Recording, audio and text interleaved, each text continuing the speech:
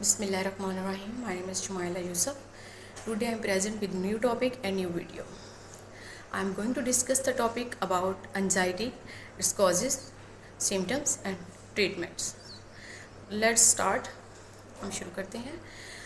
First of all मैं आपको ये बताना चाहूँगी लोगों के साइकोलॉजिकल इश्यूज़ के बारे में, मेंटल डिसऑर्डर्स के बारे में बहुत सी मिसकंसेप्शंस हैं. जब आपके घर में कोई बीमार होता है, उसको साइकोलॉजिकल प्रॉब्लम होता है, तो आप उसको डॉक्टर के पास ले जाते हैं. सिंपली आप टेस्ट वगैरह करवाते हैं. जब वो क्लियर आते हैं तो आपको लगता है कि आपका पेशेंट अटेंशन सीकर है. आप उसको ज़्यादा फिर सीरियस ही नहीं लेते, विच इज़ नॉट गुड.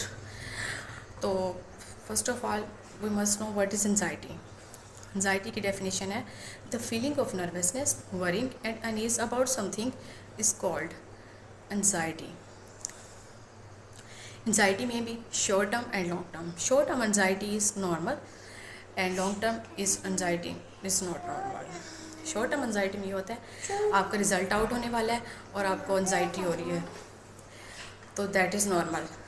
आप स्कूल जा रहे हैं, आप उसके पहले भी आपको लेट ना हो जाए तो आपको anxiety होती है, that is normal. बट वक्फे से आपको बार बार anxiety का होना, that is not normal.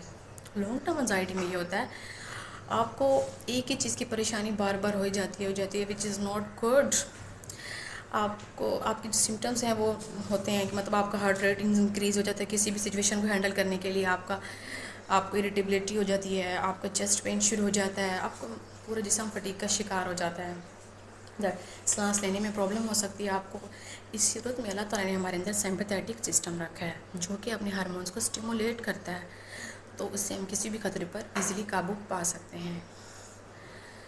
तो गाइस, जब आपकी जो जनरलाइज एंजाइटी डिसऑर्डर है, इसमें जो पेशेंट है वो क्रोनिकली वरीड होता है चीज़ों के बारे में, छोटी छोटी बात पर परेशान होता रहता है, पूरे दिन ही परेशान रहता है.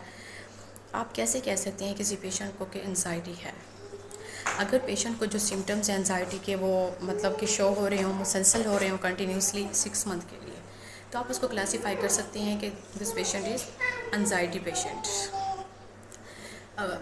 एंजाइटी अगर आपके लाइफस्टाइल को अफेक्ट करती है, अगर आपकी नॉर्मल रूटीन को अफेक्ट कर रही है, दैट इज़ वेयर एंजाइटी.